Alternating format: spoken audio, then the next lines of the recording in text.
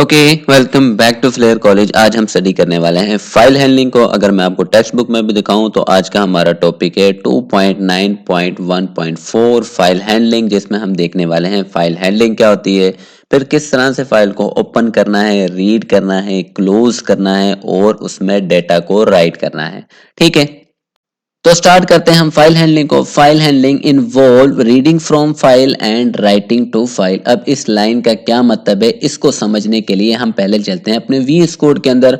और यहाँ पे मैंने एक सिंपल सा प्रोग्राम लिखा हुआ है जहाँ पे मैं क्या कर रहा हूँ, एक सिंपल से मैसेज को हेलो पाइथन को प्रिंट करवा रहा हूँ। ठीक है, तो मैं क्या करूंगा, इसको रन करता हूँ। तो मैंने रन किया तो मुझे ये आउटपुट मिल गई, ये मेरा डेटा जो मैं प्रिंट करवाना चाह रहा था मुझे मिल गया। ठीक है, अब जब मैंने इस टर्मिनल को क्लोज किया या डिलीट कर दिया तो जो मेरी आउटपुट थी, जो मैंने डेटा इस प्रोग्राम से निकाला था, वो भी क्या हो गया, खत्म हो गया।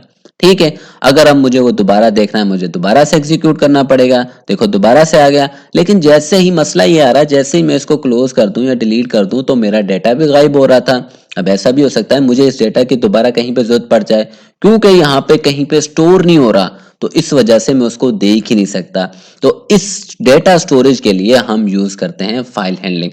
फाइल हैंडलिंग क्या करेगी, जो भी हमारा डेटा होगा, जैसा कि हेलो पाइथन, मैं इसको एक फाइल के अंदर स्टोर करवा दूंगा और मेरा जब दिल चाहे मैं उसको देख सकता हूँ। चाहे मैं प्रोग्राम को बंद कर दूं, VS कोड को बंद कर दूं, चाहे उस टर्मिनल को भी बंद कर दूं, लेकिन मेरा वो डेटा अवेलेबल रहेगा मेरे लिए। मैं जब मर्जी उसको आके देख सकता हूँ। ठीक है, लेकिन अगर मैं फाइल हैंडलिंग का यूज नहीं करता, मैंने बता दिया कि आप जैसे ही टर्मिनल को क्लोज करोगे डेटा भी गायब हो जाएगा।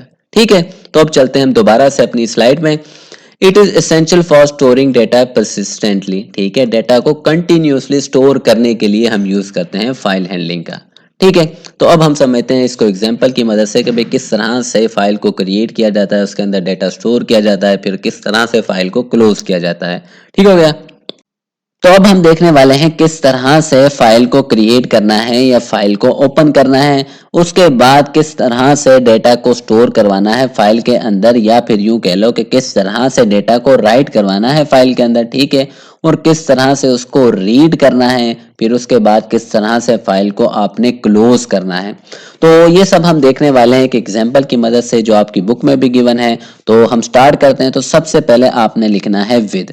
अब विद का क्या मतलब है ये मैं आपको बाद में बताने वाला हूं। तो आपने विद लिखना है, उसके बाद ओपन। अब ओपन एक फंक्शन है, अगर तो फाइल पहले से ही मौजूद है तो ये उस फाइल को क्या करेगा, ओपन कर देगा। ठीक है, लेकिन अगर फाइल मौजूद नहीं है तो पहले ये उस फाइल को क्रिएट करेगा फिर ओपन करेगा। ठीक हो गया, समझ आ गई। अब उसके बाद आपने उस फाइल का नाम देना है, जो फाइल आप ओपन करना चाह रहे हो या जो फाइल आप क्रिएट करना चाह रहे हो। ठीक है, मैंने बता दिया, अगर वो फाइल मौजूद है, यानी जैसा कि डेटा, अगर डेटा नाम की फाइल मौजूद है तो उसे ओपन कर देगा, अगर नहीं है तो पहले उसे क्रिएट करेगा फिर उसको ओपन कर देगा। ठीक है, उसके बाद डॉट डाल के आपने एक्सटेंशन डालनी है कि भाई किस तरह की आप फाइल क्रिएट करना चाह रहे हो। क्योंकि मैंने टेक्स्ट स्टोर करवाना है तो इस वजह से मैंने यहाँ पे TXT लगा दिया। ठीक है, और यहाँ पे कोमा डाल के फिर आपने उसे मूड बताना है कि आप क्या करवाना चाह रहे हो। मैं इस वक्त करवाना चाह रहा हूँ डेटा स्टोर, यानी डेटा को राइट करवाना चाह रहा हूँ, तो इस वजह से मैंने यहाँ पे क्या लिखा है, W लिख दिया। ठीक है, अगर आप रीड करवाना चाहते हैं तो फिर यहाँ पे क्या लिखते हैं, आप R लिखते हैं, यानी रीड कर रहे हो। ठीक है, उसके बाद आपने एज लगाना है, फिर उसके बाद फाइल। फाइल ये ऑब्जेक्ट है। ठीक है, आप यहाँ पे F भी लिख सकते हो, आपकी मर्जी। ये बेसिकली हमने एक ऑब्जेक्ट क्रिएट करना पड़ता है। इस ऑब्जेक्ट की मदद से हम जो, जैसा कि राइटिंग का फंक्शन है या क्लोज का फंक्शन है, मुख्तलिफ ऑपरेशंस परफॉर्म करते हैं इस ऑब्जेक्ट की मदद से। ठीक होगा, उसके बाद आपने क्या लगाना है, कॉलन। अब डेटा स्टोर करवाने के लिए हमें इसी ऑब्जेक्ट का यूज करेंगे। तो देखो फाइल डॉट राइट, राइट क्या है, फंक्शन है। हम डेटा स्टोर करवाने के लिए इस फंक्शन का यूज करते हैं। ठीक है, फिर अब मैं क्योंकि स्ट्रिंग स्टोर करवाना चाह रहा हूं तो इस वजह से मैंने डबल कोड का यूज करके वो डेटा पास कर दिया जो मैं अपनी फाइल के अंदर स्टोर करवाना चाह रहा हूं। कौन सी फाइल, जो मैंने यहाँ पे ओपन करी की है, डेटा नाम की। ठीक है, तो ये जो फाइल है, ये जो डेटा है, ये कहाँ पे स्टोर हो जाएगा, मेरी फाइल के अंदर। तो अब बताता हूं मैं आपको विद का क्या मतलब है। अब चाहे तो आप विद लिख लो, चाहे आप इस तरह लिख लो। विद का मतलब यहाँ पे ये है कि जब आप फाइल को ओपन करोगे तो जैसे ही आप अपना डेटा राइट कर लोगे, विद की मदद से जो ये फाइल ओपन हुई है ये ऑटोमेटिकली क्लोज हो जाएगी। अगर आप विद लिखना नहीं चाहते तो फिर आपको ये मेथड फॉलो करना पड़ेगा, ठीक है। इस तरह से आप ऑब्जेक्ट बनाओगे और इस तरह से ओपन करोगे, फिर आखिर में आपको क्लोज फंक्शन का यूज करके फाइल को क्लोज करना पड़ेगा। लेकिन आप विद का यूज करोगे तो फिर ये करने की जरूरत नहीं है, विद ऑटोमेटिकली इस फाइल को क्लोज कर देगा, ठीक है। तो अब जैसे ही हम इस प्रोग्राम को एग्जीक्यूट करेंगे, ये ओपन का फंक्शन कॉल होगा, तो ये जो फाइल है मान लो इसका नाम क्या है, डेटा, तो इस तरह से फाइल ओपन हो जाएगी, ठीक है। डेटा राइट करवाने के लिए हमारा जो प्रोग्राम है फाइल को ओपन कर लेगा, हमें नजर नहीं आएगी लेकिन बैकएंड पे कुछ इस तरह से काम होगा, ठीक है। अब हम क्या स्टोर राइट करवाना चाह रहे थे, हेलो पाइथन, तो हेलो पाइथन इसके अंदर क्या हो गया, स्टोर हो गया। तो ये हमारा जो राइटिंग का काम था वो कंप्लीट हो गया। अब हम चाह रहे हैं कि डेटा को इसको रीड भी करें, हम देखना चाह रहे हैं हमारी फाइल के अंदर क्या स्टोर है। तो उसके लिए हमें क्या करना पड़ेगा, फिर से विद लिखा, फाइल को ओपन किया, ठीक है, क्योंकि विद ने यहाँ पे क्या कर दिया था, क्लोज कर दिया। तो मैंने बताया था जैसे ही काम कंप्लीट होता है फाइल क्लोज हो जाती है विद की मदद से ऑटोमेटिक। तो इस वजह से हमने दोबारा से ओपन किया, फिर जो भी नाम था डेटा डॉट डेटा और साथ में उसकी एक्सटेंशन हम बतानी है, और हम डेटा रीड करना चाह रहे हैं तो मोड भी हमारा क्या होगा, रीडिंग का होगा, यानी आर, ठीक है। ये हमने फिर से ऑब्जेक्ट, अब जब हमने डेटा स्टोर करवाया था तो राइट फंक्शन का यूज किया था, तो अब हम क्या करेंगे, डेटा को रीड कर रहे हैं तो हम रीड का फंक्शन यूज करेंगे। अब जितना भी डेटा इस फाइल के अंदर स्टोर होगा वो रीड की मदद से कहाँ पे स्टोर हो जाएगा, इस कंटेंट के अंदर स्टोर हो गया, ठीक है। रीड फंक्शन सारे को रीड कर लेगा, वो स्टोर करवा देगा कंटेंट के अंदर, और फिर कंटेंट को हम क्या कर रहे हैं, प्रिंट कर रहे हैं, ठीक है। तो इस तरह से हम डेटा को रीड कर सकते हैं, ठीक हो गया। तो अब चलते हैं हम अपने VS कोड के अंदर, ताकि हम इस प्रोग्राम की प्रैक्टिकल आउटपुट देख सकें और देख सकें किस तरह से फाइल क्रिएट होगी। तो सेम जो प्रोग्राम है मैंने कॉपी करके यहाँ पे पेस्ट किया हुआ है पहले से ही।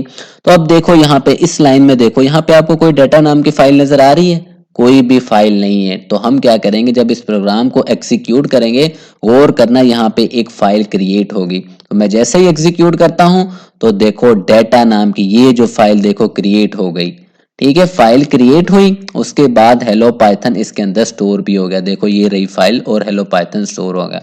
फिर यहां से रीड करके, जब हमने इसको रीड करवाया था तो यहां से उसने रीड किया, रीड करने के बाद कहां पे स्टोर किया, इस कंटेंट के अंदर, और फिर इस कंटेंट को हमने क्या करवा दिया था, प्रिंट करवा दिया था।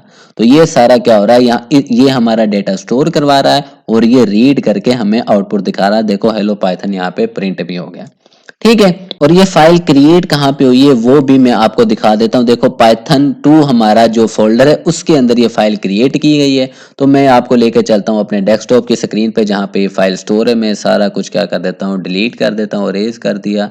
तो यहाँ पे देखो ये रहा मेरा वो फोल्डर पाइथन 2। तो इसको मैंने ओपन किया, जब इसको ओपन किया तो इसके अंदर देखो डाटा की मेरी फाइल स्टोर है। जब मैंने इसको ओपन किया तो देखो यही हमने स्टोर करा था, हेलो पाइथन, तो यही यहाँ पे स्टोर है, ठीक हो गया। तो अब बात कर लेते हैं हम फाइल मोड की। तो जब हम डेटा को स्टोर करवाते हैं यानी डेटा को राइट करते हैं फाइल के अंदर, तो उसके दो मोड होते हैं। एक होता है हमारा W यानी राइटिंग मोड, दूसरा होता है हमारा A यानी हमारा अपेंडिंग मोड। अब W यानी राइटिंग मोड में क्या होता है, ये जो पुराना डेटा होता है ना उसको ओवरराइट कर देता है। ओवरराइट का मतलब है कि जो पहले से ही डेटा स्टोर है उसे अरेज कर देगा, और जो न्यू आप डेटा स्टोर करवा रहे हो उसे स्टोर करेगा। पुराने वाले को अरेज, न्यू स्टोर। लेकिन एक होता है हमारे पास अपेंड मोड। अपेंड मोड क्या करेगा, जो पुराने वाला डेटा है उसको भी रखेगा, और जो नया डेटा आप स्टोर करवाना चाह रहे हो उसको एंड में क्या कर देगा, स्टोर करवा देगा, ठीक है।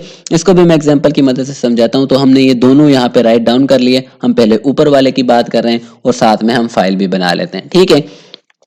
तो ये मैंने कोड लिखा हुआ है, फाइल ओपन होगी। ये मान लो डेटा की data.txt नाम से, ये क्या है, फाइल, डेटा नाम से फाइल है जिसकी एक्सटेंशन क्या है, txt, और इसका मोड क्या है हमारा W यानी ओवरराइट मोड है।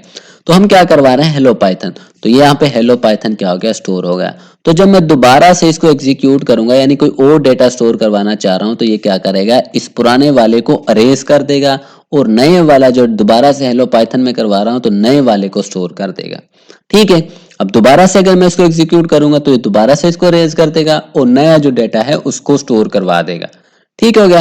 लेकिन दूसरे नंबर पे आ जाता है हमारे पास ए मोड यानी अपेंड मोड। ये क्या करेगा, जो डेटा पहले से ही स्टोर है, जैसा कि हेलो पाइथन स्टोर है, तो इसके एंड में जो नया डाटा है उसको स्टोर करवा देगा। अगर अब मैं इसको एग्जीक्यूट करता हूं तो हेलो पाइथन इस ये भी स्टोर रहेगा जो पहले, और जो हमने अब करवाया है वो भी स्टोर हो जाएगा।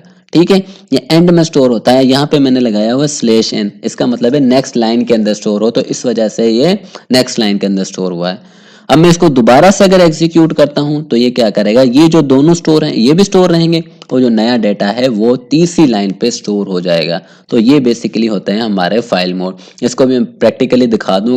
तो ये आ गए हम अपने VS कोड के अंदर। तो देखो सबसे पहले हम देख लें हमारे ओवरराइट मोड को। यहाँ पे देखो हमने क्या लिखा हुआ है, W। तो जैसे ही हम इसको एग्जीक्यूट करते हैं तो यहाँ पे देखो हेलो पाइथन मेरा प्रिंट हो गया। अब मैं इसको दोबारा एग्जीक्यूट करता हूँ तो देखना ये पुराने वाले को देखो इसने डिलीट कर दिया, यानी ओवरराइट कर दिया, और न्यू यहाँ पे शोर हो गया। मैं फाइल को भी दिखा दूं तो ये रही हमारी फाइल, देखो हेलो पाइथन।